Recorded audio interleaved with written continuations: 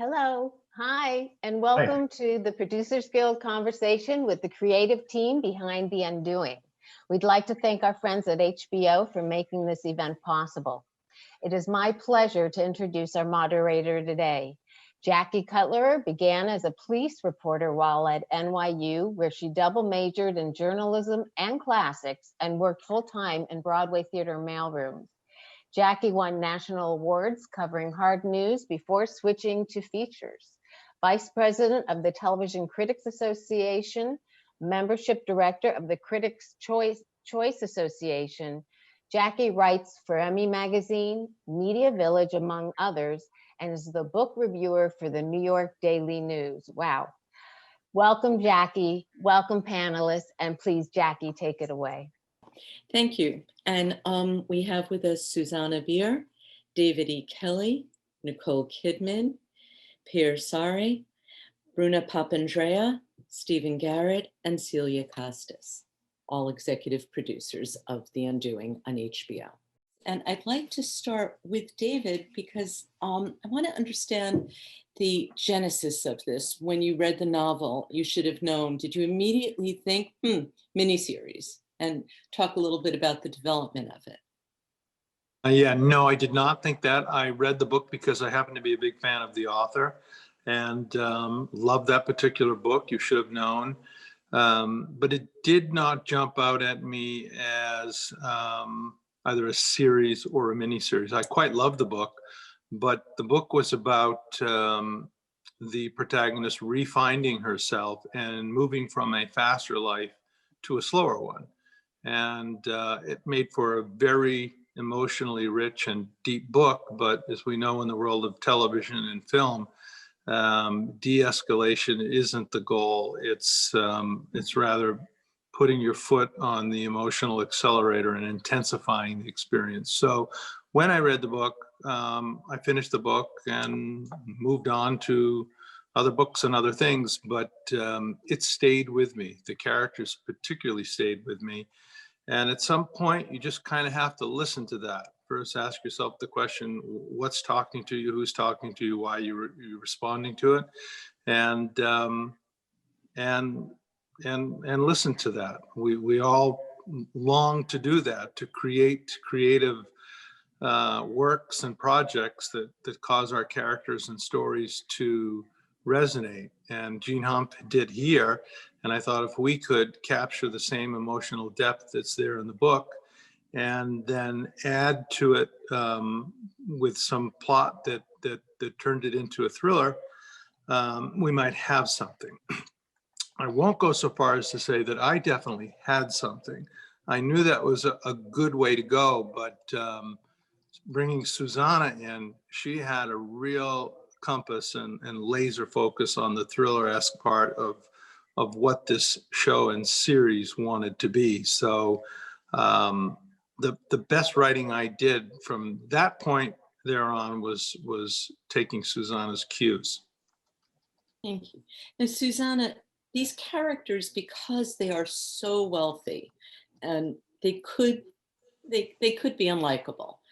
People might not relate to them. So what did you do, or what needed to be done to ensure that they would be likable and not just seen as villains? Well, I want to say the character of Grace, who essentially, I mean, who is the protagonist, obviously the protagonist in the book, is someone who's slightly on the edge of the world of wealth. She comes from wealth, but she's not necessarily wanting it, or she's not. It's not her main interest. Like, she's a therapist. She's been adamant about having a life, a real life, and a life where she connects to people who are not necessarily insanely rich. So I think that was sort of the hook for us in terms of that world of wealth. But then in David's writing, there is a constant kind of sarcasm about that world, or there is a sense of, I mean, there's a very kind of ironic humor sort of thing where you can't help laughing at it. I mean, you can't say that David is exposing the world of wealth, but he is certainly exposing the inequality and down into all sorts of areas, like into the area of the social, like the justice system. And so I don't really think this is a question about identifying with wealth or not. I think this is the question of identifying with individual characters and then having a point of view on the world of wealth, which the script to an extreme degree has. And she is so unfailingly kind. She always just sees the good in everyone. And I was wondering from that, Nicole, how and when did you become involved with this? And congratulations on the SAG and Golden Globe Award nominations, by the way. But I wanted to hear from Nicole on how and when you became involved. Well, initially it was David had written the first 2 eps, right, David? and so I was given them, and Per, Saari, and I both went home and read them immediately and called David immediately and said, what happens next? And he said, wait and see. And that, immediately I was like, okay, I'm playing Grace. It just entered in, and that's a fantastic thing to happen, because sometimes, you can have this sort of resistance to a character, and you have to be coaxed into it. That was not the case with this. Then it was putting together our wish list for a director, and Susanne was top of the list. And in my usual fashion, I was like, she'll never do it. I'm always like, they'll know. And in Bruna and Per's usual fashion, they were like, she will do it. And Susanna and I went and sat and talked about it and just clicked. And then she called David, and it was sort of it was rapid, the way it all happened. And it's a wonderful thing when it happens like that. There's a fluidity to it, and there's a flow that you just go, oh, I want every project to be this way. And the same happened with Hugh Grant, and the same happened with the collaboration, because so many of these, this is what we pride ourselves on, is our collaboration. We've obviously, this group has collaborated time and time again. We have a second language, and we have an enormous amount of trust as well. So that was how this began, and has continued to sort of be such a really glorious experience, which is a great thing to say. These are all really talented, but really great people, nice people. Important. Yes, you continue to like them. And I realized when I rewatched it this weekend, I was still like, and on the edge of my seat a little. Of course, I knew by now who had done it. Oh, see, I'm talking about the producer. I'm talking about the group that made it. The actual way in which, when you talk about the people in the show, like the characters, when you were talking about likable and not likable, I think what's so wonderful about David's writing is that it fluctuates. You're not constantly going, well, I just really like this person. I think that's sort of the way in which the needle goes like this. And Grace is incredibly frustrating at times, and you want to shake her. And her father, so many of the characters you're always on guard with, because you're never sure of their actual motivations, which is what I love about a thriller. I wanted to ask Celia about this, because so often you hear people say, oh, well, yes, the city is another character, and then they shoot it in Toronto. But here, But here, as a native New Yorker, it is so clear that these were very real places. There were so many, there are the moments in the World Trade Center. So I want to talk about, as a producer, how you worked on this and how long it may have taken you to get some of these sites. So could you address like being in the Freedom Tower and all of these places that not everyone gets to go in all the time? Well, first of all, I think that's one of the reasons that people love the show, because they see New York as it was, as it should be, as it will be again. But, the nostalgia is just tremendous. And, it looks so beautiful that, but I had a lot of experience as a location manager long ago. I started that way. So I love shooting in New York. I love live locations, although we had quite a few built sets, but probably more was done on location than you would think. And I think we started in like October of 2018. I think, Susanne, you first came in December, to look at locations. And so that's when we really narrowed it down, and we were very lucky at the beginning. So at least we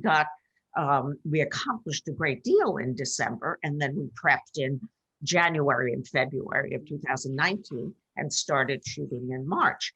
And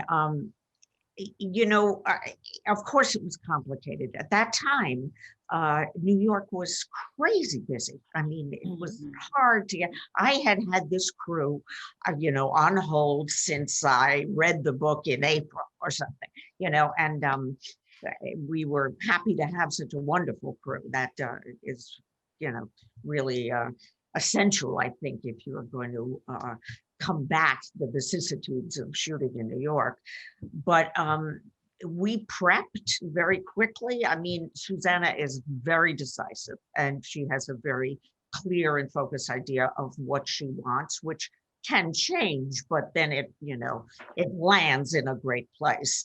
And the only location we had kind of difficulty finding was the location for that party, that Freedom Tower, party.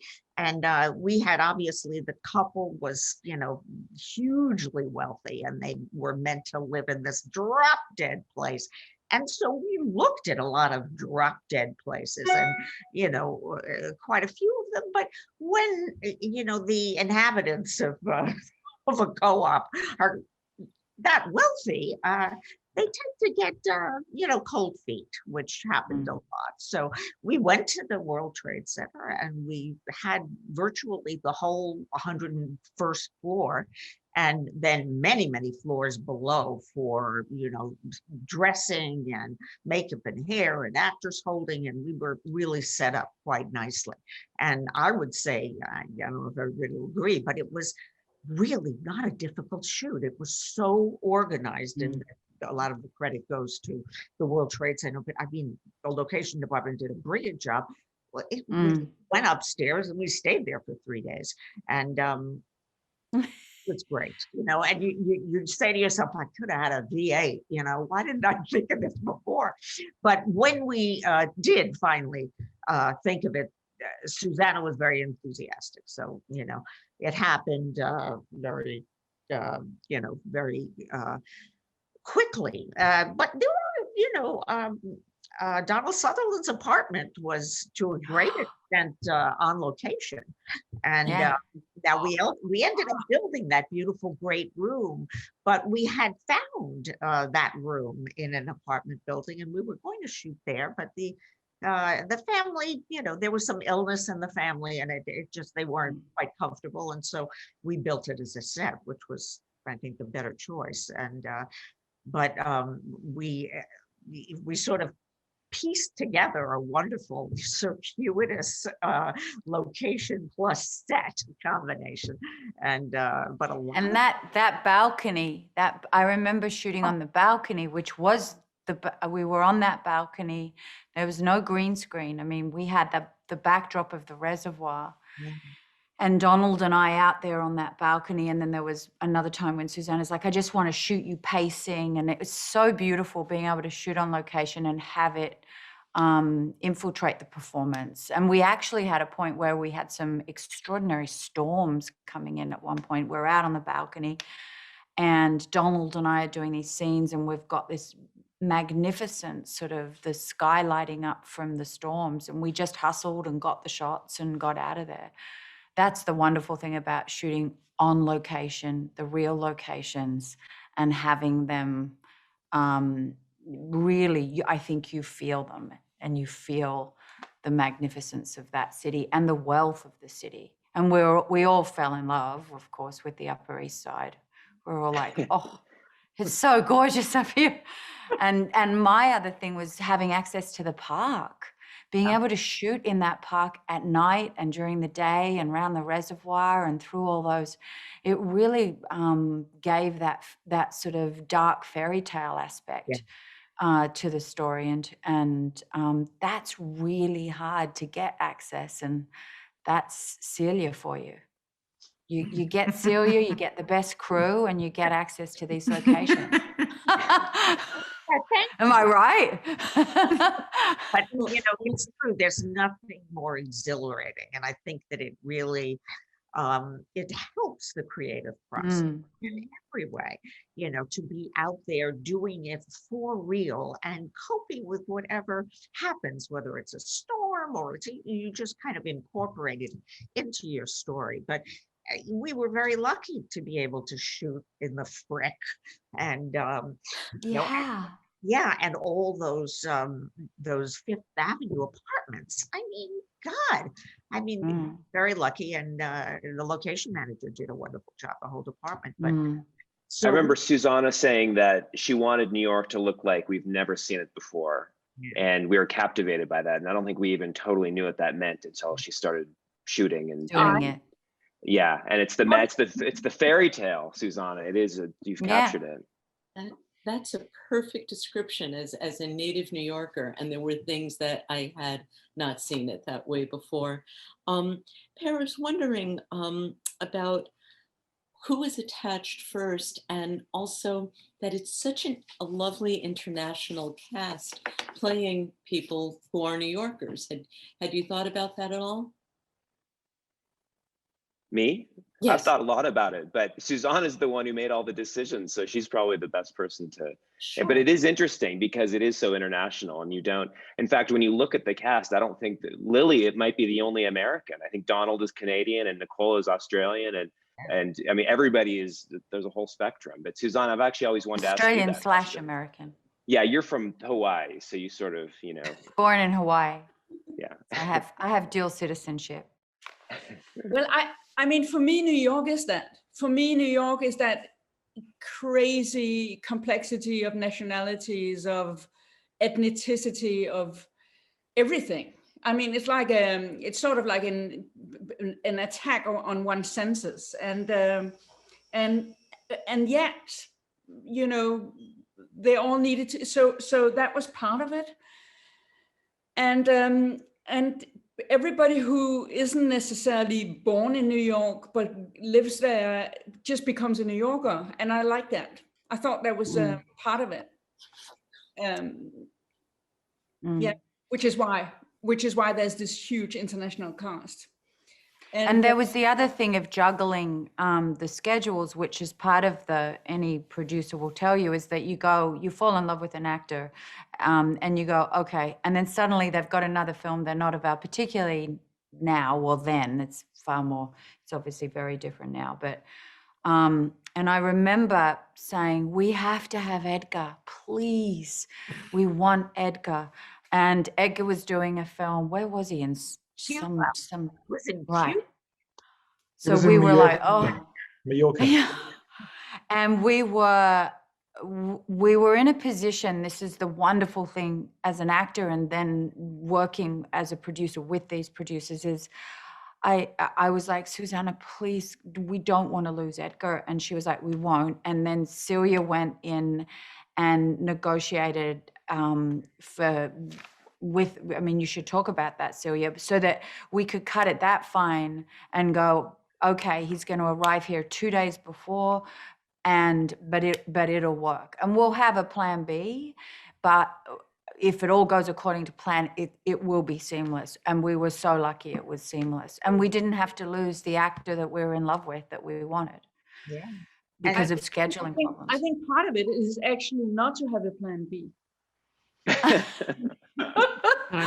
That's Susanna. She's right. Got it.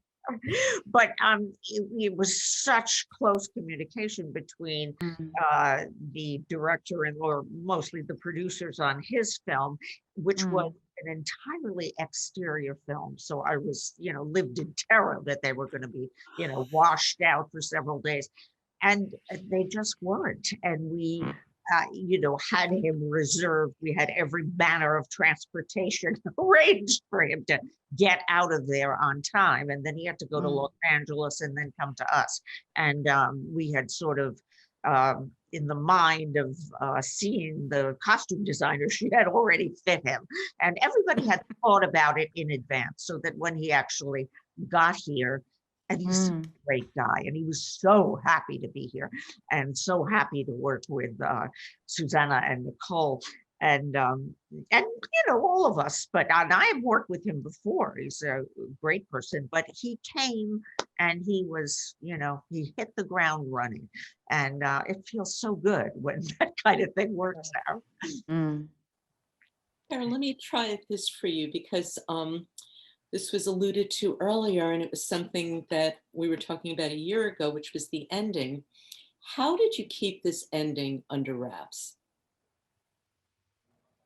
That's a really good question. I think there was a part of the pleasure, this is just my perspective, but a part of the pleasure of sharing the story with the world is the satisfaction of going through that whole experience. And I think people really embrace that. And I think Susanna and David, you both said that at a certain point, that nobody wants to sort of destroy the fun of the whole experience. And even I know, Jackie, we talked about this at the TCAs last year, and that was a year and a half ago, and nobody really divulged what happened. And I think there was you have to sort of celebrate that as a part of the viewing thing. And there weren't actually, through the whole experience of airing it, I don't think there were people that were really spoiling the fun. And I think that's just I don't know, we were fortunate that way, I guess. I think HBO was also very meticulous in everything they did,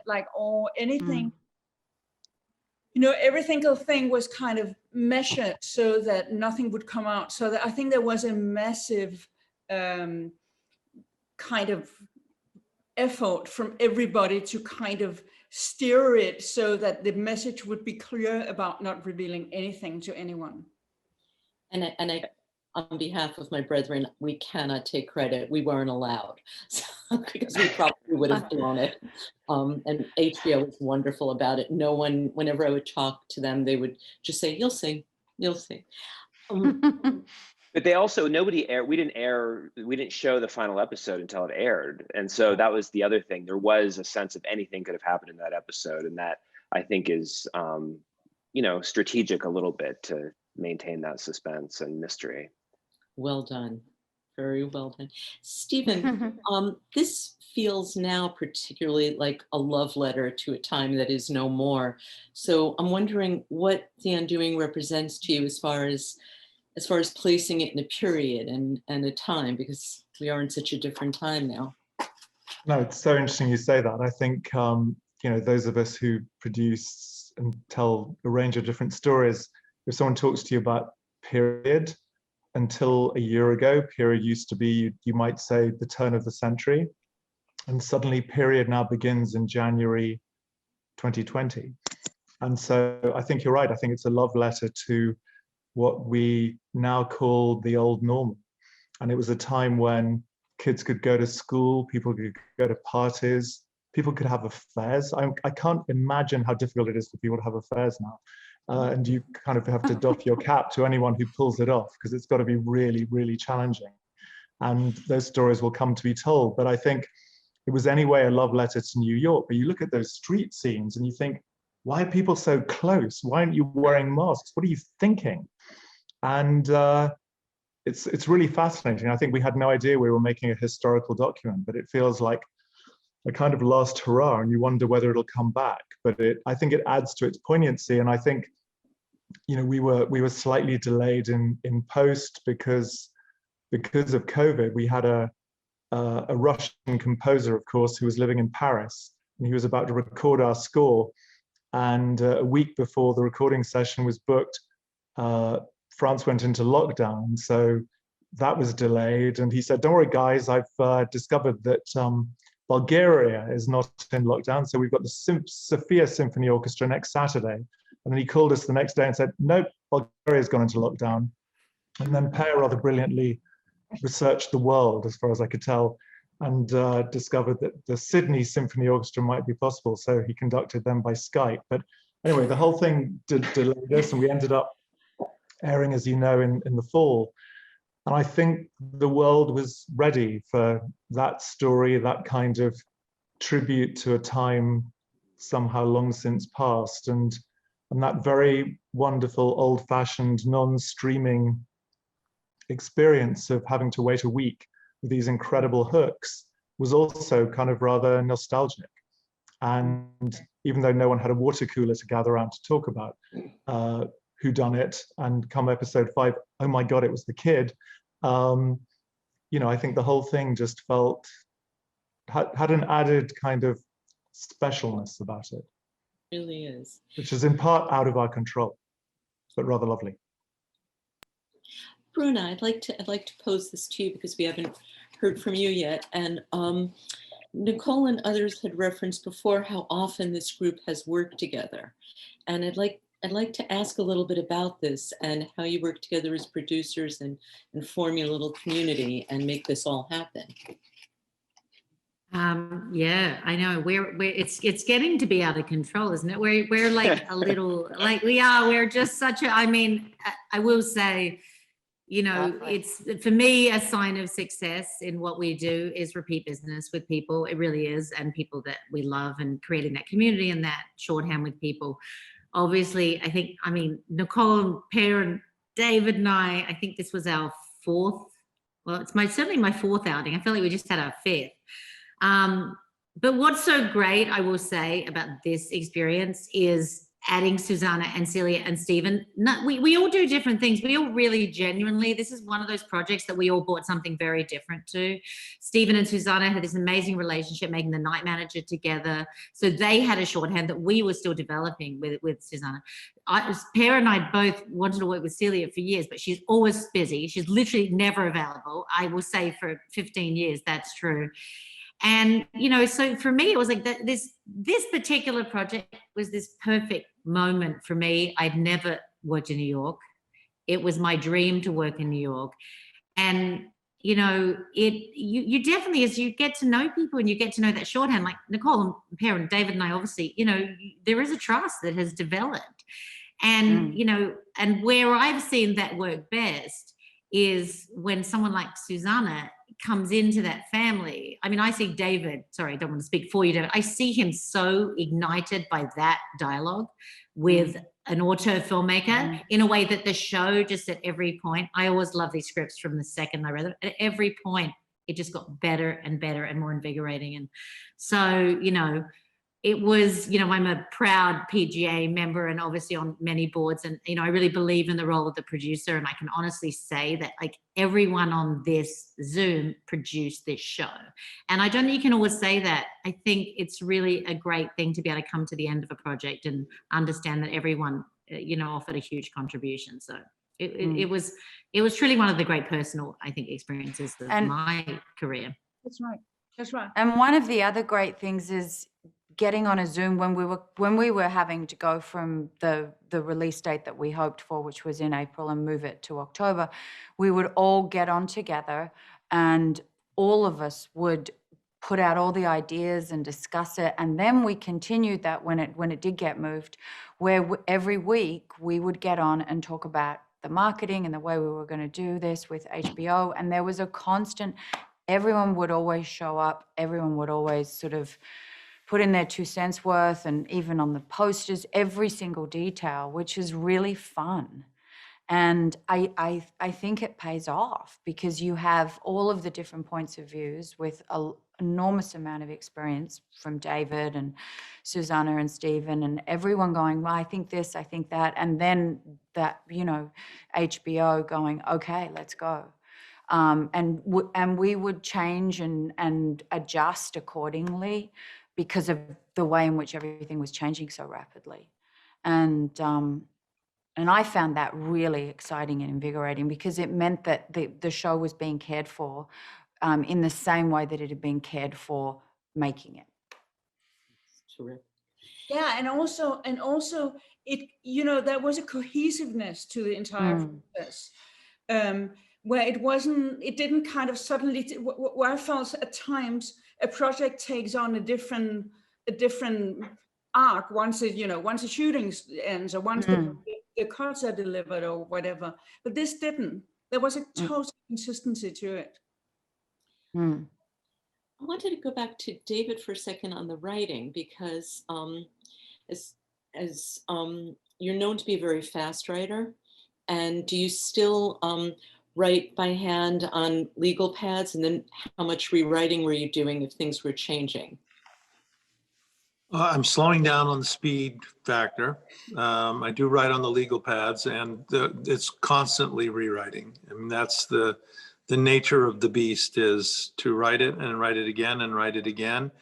The big difference in this series and other series that I've worked on is I've always been informed by the film and by the interpretations that the directors and actors bring to the characters, and I've always felt that the characters and the storytelling has been a collaboration that way.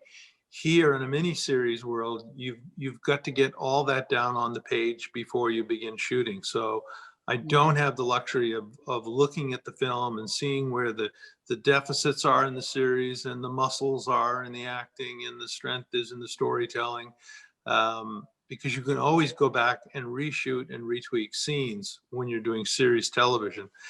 In miniseries, you have your shoot, then your cast moves on to different projects and you lose your location. So your opportunity for getting it right, it's a much narrower window. So it becomes much more incumbent upon us to prepare going in, both in the casting and the understanding of the material, making sure that we're all on the same wavelength with the material and we're all telling the same story, as Susanna alluded to.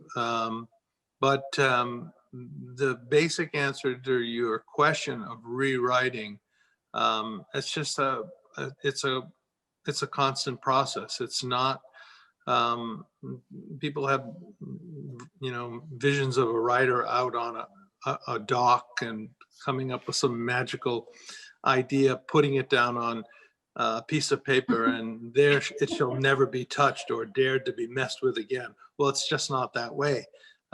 This is a film medium, not a written medium. So the script is the blueprint, and it's just the beginning. And you have to be willing to tear it up, do it over, get it right. The trick is knowing the difference. Don't stick to your convictions when it feels right, and be open to constructive changes when it doesn't. Susanna, I wanted to ask you about keeping the string so taut that the thriller was just so fine throughout it. How do you sustain that sort of mystery and element without ever going over the edge? Well, I think David is very he's like a great disciplinarian. I think David would kind of steer away from anything which went over the top. And so, by the way, yeah. And I think, working with Nicole and Hugh, and I mean, they like I want to say that the entire cast, and in particular Nicole, has a very, very strong bullshit factor. Kind of, there is a kind of thing where you kind of go, this doesn't feel right.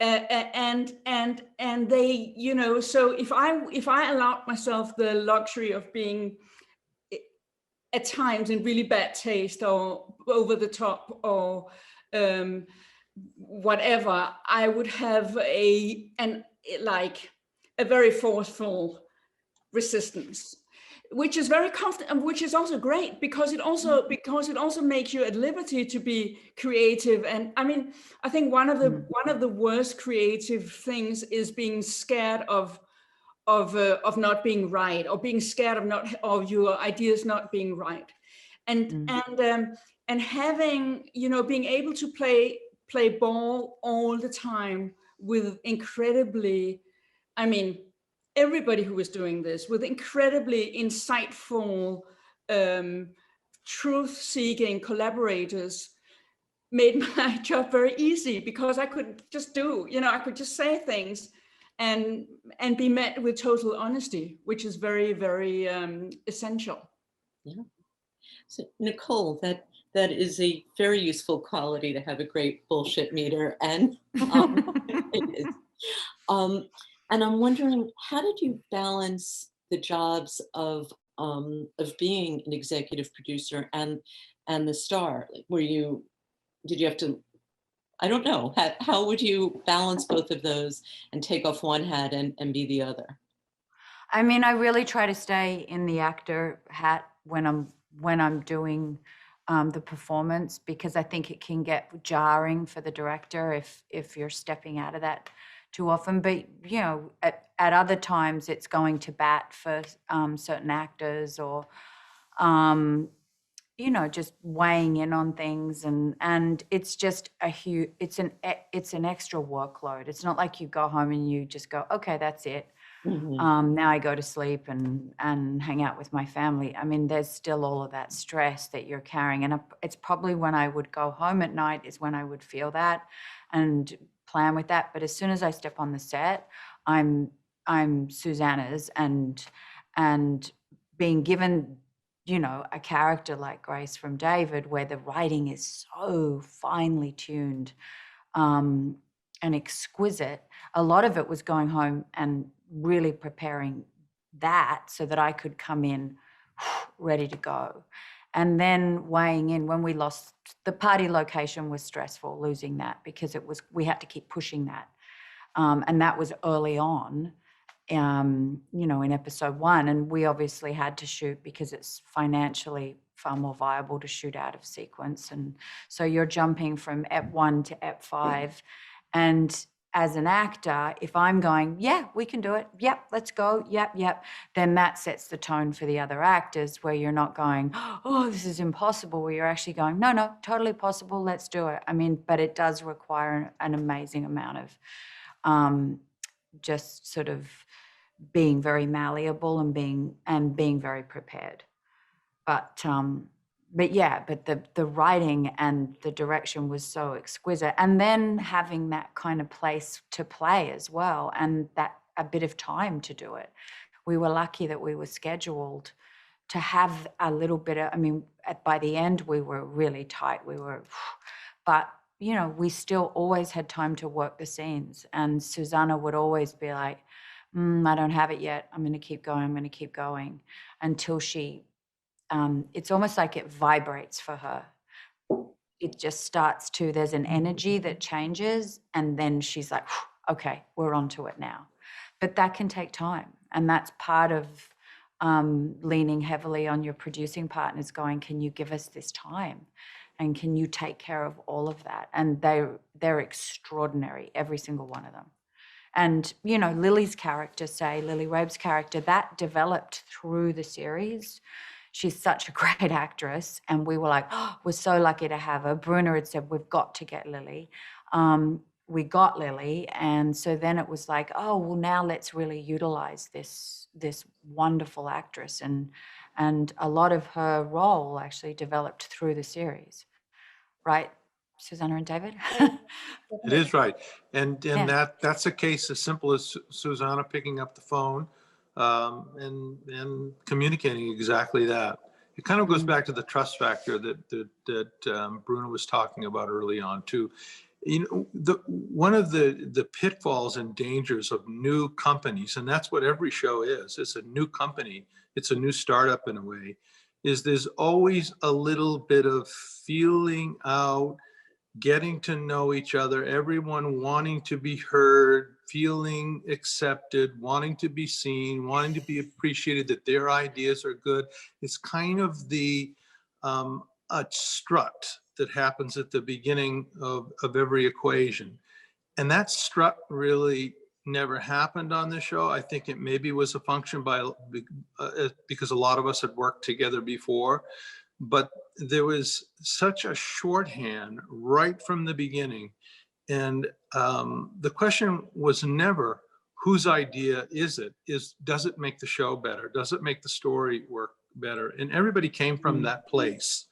And it just made it much easier. So when I get a call from the director and saying, hey, this actress, Lily Rabe, who's playing one of the characters, we need to write more for her because she brings such rich and nuanced, personality to the role, then we just do it. There was not a lot of, let me see, I don't know, let me get back to you. It was a real assuredness that is a credit to Susanne's approach and take, and Nicole's as well. It all starts at the acting top.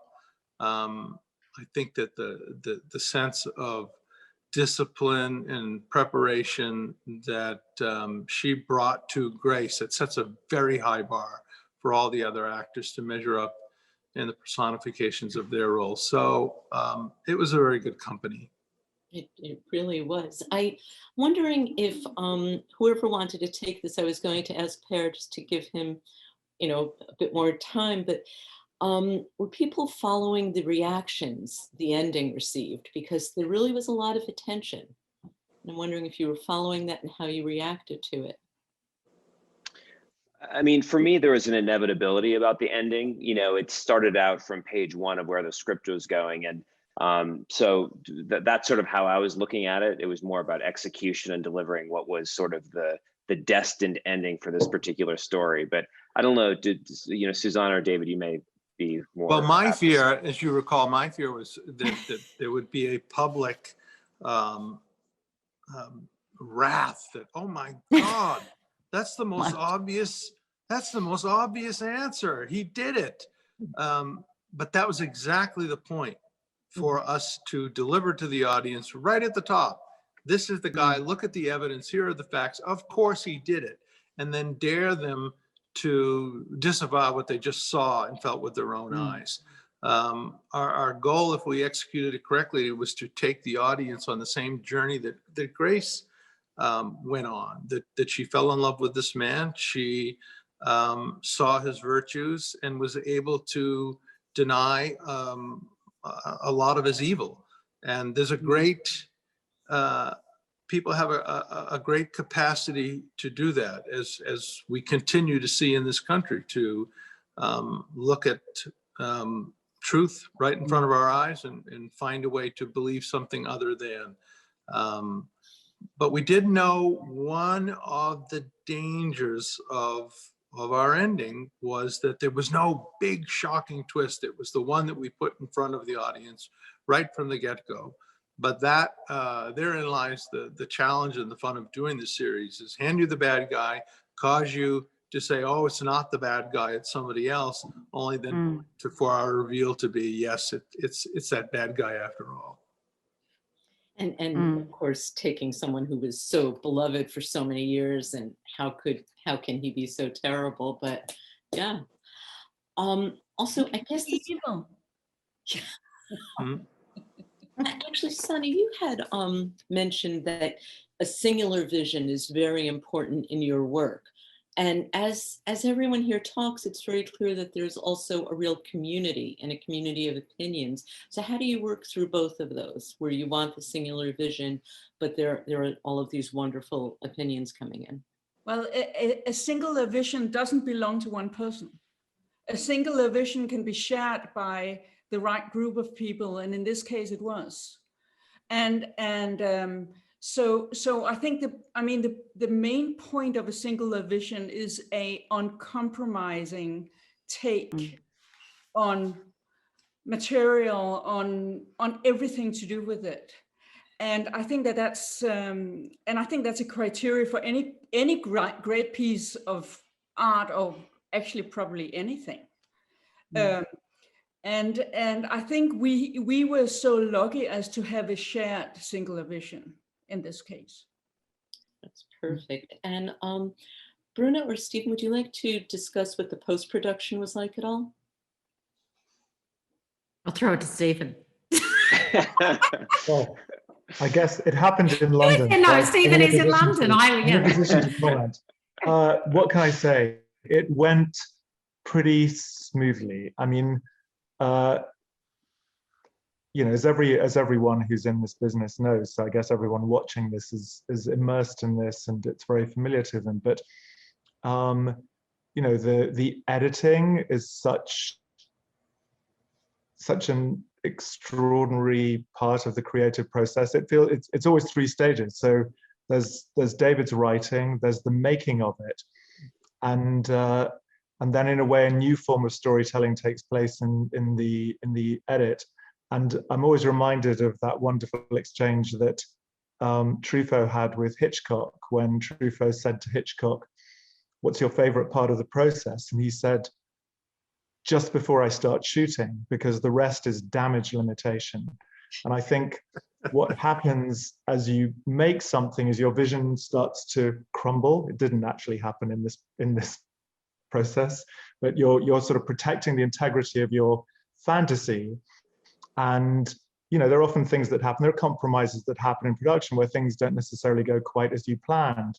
And then the edit is about building it back up. And I think what happened in post, when things go right, is actually there's a kind of magic that takes place. And there are things, and again, I can speak as a producer. Susanne knew, I'm sure, exactly what she was doing, but there are things you start to see where you think, wow, that happened. You know, there are just little bits of whether it's in performance or what the camera is seeing or what light is doing in a certain moment, a reflection in the water. And it all starts to build. And when something like The Undoing happens and seems to work, it's when the magic has happened and it's added up to more than the sum of its parts. And that's what post does when it's working at its best. And that's what happened. I think we actually benefited probably from COVID. I think the extra time we had in post worked to our advantage. Yeah, and I think just something, can I just talk to one thing Susanne does differently that I've never experienced, which for me is it really helped make the show what it was, is, you know, I've worked on so many films and TV shows where they're like, let's get all our filmmaker friends in and let's get 10 of the best directors. It's always the same conversation. Susanne was like, yeah, let's get 30 people in who are the public, who have no affiliation with the material, to see how they feel, the audience, to see if the thriller tracks. And she was very insistent on that. She did it twice. And I found that process so invigorating, particularly when you're dealing with the skin of a thriller. That was like, and she, you know, she just knew, she was like, this is, I don't need to know that, like, that shot, I need to know that this works. And, you know, I just love that. And I think that was a big part of post-production for me that the series benefited greatly from. And it truly does. And I guess post-production is the perfect place to wrap right here. And I just want to thank everyone for joining us, and for the PGA and for HBO. And thank you. It was really a treat. Thank you. Thank you very much. Thank you. Bye. Thanks for having us. Fun.